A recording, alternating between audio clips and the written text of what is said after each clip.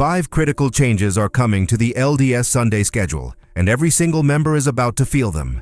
Before I break them down, hit that like button and subscribe to the channel so you don't miss what's coming next. Let's get into the first one right now. 1. The end of alternating weeks. For nearly 7 years, Latter-day Saints have lived inside a predictable rhythm. One Sunday, Sunday school. The next Sunday, Relief Society, Elders Quorum, or Young Men and Young Women. Back and forth, week after week. It became muscle memory. That rhythm is over. Beginning September 6, 2026, Sunday School and the Priesthood, Relief Society and youth classes will meet every single Sunday. No more rotation. No more alternating weeks. Both organizations meet every week, without exception. The reasoning provided in the official guide is striking when you read it carefully. Church leaders acknowledge that under the alternating format, a member who missed a single Sunday could go nearly a full month without attending a specific class. Think about that. A member with a sick child, a work shift, a family emergency, or simply a difficult morning could disappear from their quorum or relief society for almost 4 weeks, often without anyone noticing in time to reach out. That's the quiet problem the church is solving. Not just inconsistent instruction, vanishing members. People slipping through the cracks of a schedule that gave them too many built-in absences. Moving to a weekly model for every organization creates what the guide describes as more consistent fellowship, stronger community bonds, and a more predictable rhythm of gathering. But read between the lines and you see something else. You see a church responding to data. Data about attendance patterns. Data about retention rates. Data about the silent attrition that's been happening inside the 2-hour block since 2019. This change isn't about convenience. It's about closing the back door. And here's the first thing I want you to hold on to. The church didn't just decide to bring back weekly classes for the sake of fellowship. There's a deeper pattern in these reforms that you'll only see when you connect this adjustment to the third change on this list. Keep that in mind as we move forward. 2. The 25-minute rule. If you bring both classes back every week, but you don't extend the Sunday block beyond 2 hours, the math demands something has to give. And what gives is time inside the classroom. Sacrament meeting stays untouched, a full 60 minutes. The anchor of Sunday worship remains exactly where it has been. But after sacrament meeting ends, the second hour transforms into something Latter-day Saints have never experienced before. 5 minutes for transition. 25 minutes for Sunday school. 5 more minutes for transition. 25 minutes for quorum, relief society, or youth class. Primary runs continuously for 55 minutes to cover both blocks for the children. 25 minutes. Let that sit for a moment. 25 minutes for a gospel doctrine teacher to cover a week of come, follow me material that previously had 50 minutes of class time spread across 2 weeks. 25 minutes for an elders quorum president to address ministering assignments, doctrinal study, quorum business, and brotherhood. 25 minutes for a relief society teacher to deliver a lesson that for decades has carried the weight of doctrinal depth and personal application. The implementation guide is blunt about what this means for teachers. There will be no more 10-minute openings of casual conversation, no more long announcements, no more extended icebreakers or personal stories that meander before reaching the lesson. Class must begin the moment members sit down. The doctrine must be the focal point from the first sentence. And when the timer hits 25 minutes, class ends. For ward leaders, this introduces operational pressure most have never faced. Announcements that used to live inside class time now have to migrate somewhere else. Coordination meetings need a new home. Even the casual fellowshipping that happened in the first few minutes of class, the part where you learned someone had lost a job or that a sister was in the hospital, has to find a new context. Some wards will adapt quickly. They'll move announcements to ward bulletin boards, to the Gospel Library app, to brief mentions in sacrament meeting. They'll train teachers to start strong and finish on time. They'll treat the transition windows as sacred and protected. Other wards will struggle. Teachers will try to cram 50-minute habits into 25-minute windows. Lessons will run long. Hallways will fall into chaos as one class spills into the start of the next. Members will leave frustrated, feeling like they came to church and barely had time to think. And this is where the second adjustment connects to something larger. Because if the classroom can't carry the weight it used to carry, the weight has to move somewhere. And the church has already decided where. 3. Shifting the weight to the home. Here's the sentence in the official guide that quietly redefines everything.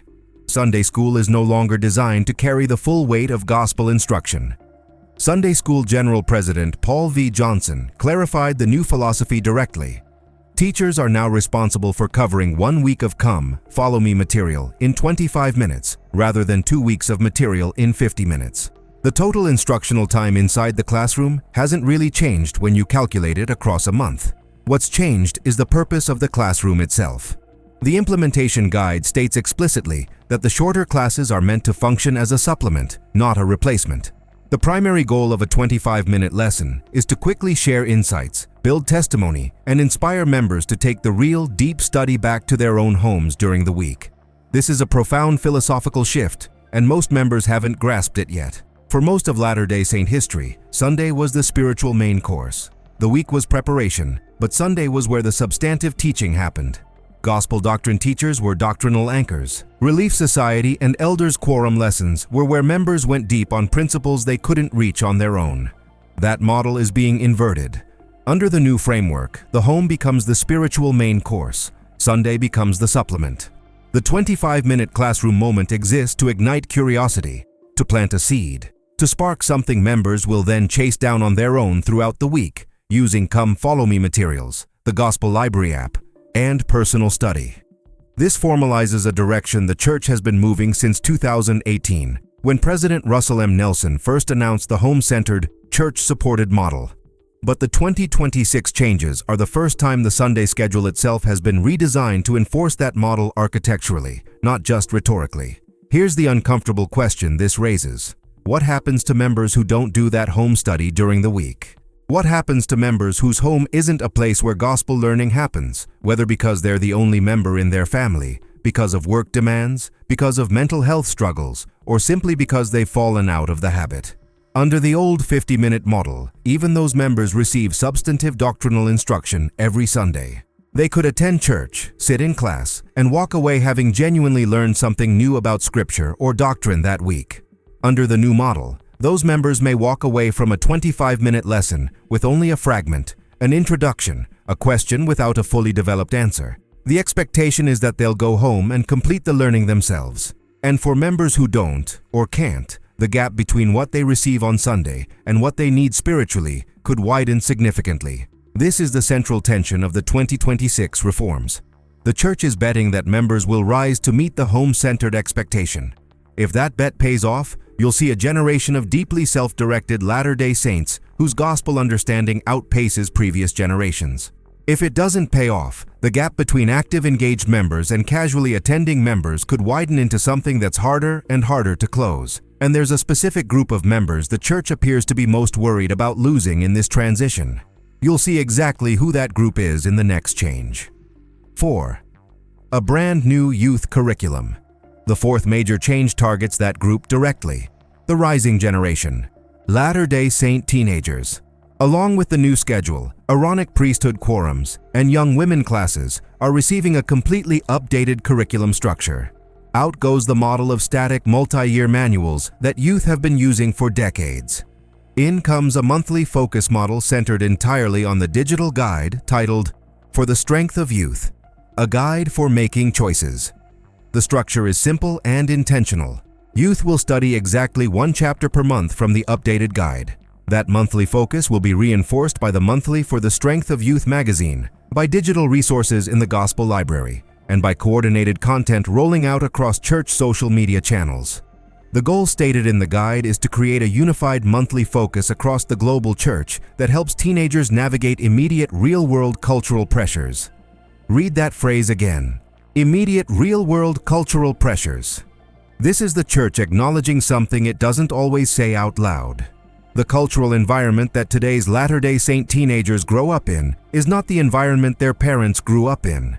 The pressures around sexuality, identity, social media, mental health, pornography, substance use, academic anxiety, and faith doubt are different in kind, not just in degree. The old curriculum, built on doctrinal foundations and historical lessons, wasn't designed to address those pressures in real time. The new monthly structure is. By focusing every youth class in the global church on the same chapter at the same time, the church creates what is essentially a synchronized cultural response. A bishop in Brazil, a stake president in Utah, a young women's leader in the Philippines, a youth speaker in South Africa, all addressing the same theme in the same month, supported by the same magazine articles, the same digital resources, the same social media content. It's a deliberate attempt to wrap the global youth in a single coordinated message month after month, instead of letting each ward drift in its own direction with its own emphasis. There's something else worth noting here. The choice to anchor the curriculum to For the Strength of Youth, a guide for making choices, is itself significant. That booklet has gone through major revisions in recent years, moving away from rigid lists of rules toward a more principle-based framework that asks youth to make their own choices guided by the Spirit. The Church is doubling down on that approach. Teenagers aren't being given commandments to memorize. They're being trained to make decisions inside an ethical framework. That's a different model of religious formation than most adult members grew up with. And whether it produces a more resilient generation of saints or a more uncertain one is something the Church won't know for at least a decade. 5. The August preparation deadline. The fifth and final change is the one that reveals how seriously the Church is treating this rollout. Area and stake leaders are currently training ward councils across the world. But the most important milestone for the average member arrives in late August 2026. The implementation guide mandates that on the fifth Sunday of August 2026, every ward in the Church must hold a special combined meeting.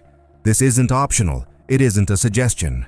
It's a global directive. This meeting will bring together parents, youth leaders, youth themselves, and even the children who are in their final year of primary, those who will be transitioning into the youth program. The purpose is fourfold. Review the youth guidelines together as a community. Distribute physical and digital materials. Answer questions. Ensure every family is fully aligned before the new schedule goes live the following week. The fact that the Church is mandating this kind of synchronized preparation event tells you something important. The leadership knows this transition has friction built into it. 25-minute classes feel rushed. The end of alternating weeks disrupts 7 years of muscle memory. A new youth curriculum requires parents and leaders to understand a model they themselves never experienced. If members walk into September 6 confused, frustrated, or unprepared, the entire rollout could stumble in its first month. The August 30th meeting is designed to prevent that. It's the Church's way of saying, we know this is going to feel different, so let's all sit in the same room first and absorb the change together before we live it. And here's what most observers are missing. The fifth Sunday only happens 4 or 5 times per year. Choosing that specific Sunday means the Church is treating this rollout as a major institutional moment, on par with general conference weeks or special broadcasts. Fifth Sundays are normally reserved for combined teaching opportunities chosen by stake presidents. Pulling that Sunday out of local control and mandating its purpose globally is a clear signal that headquarters wants every ward, in every country, on every continent, to step into September 6 together, prepared and aligned.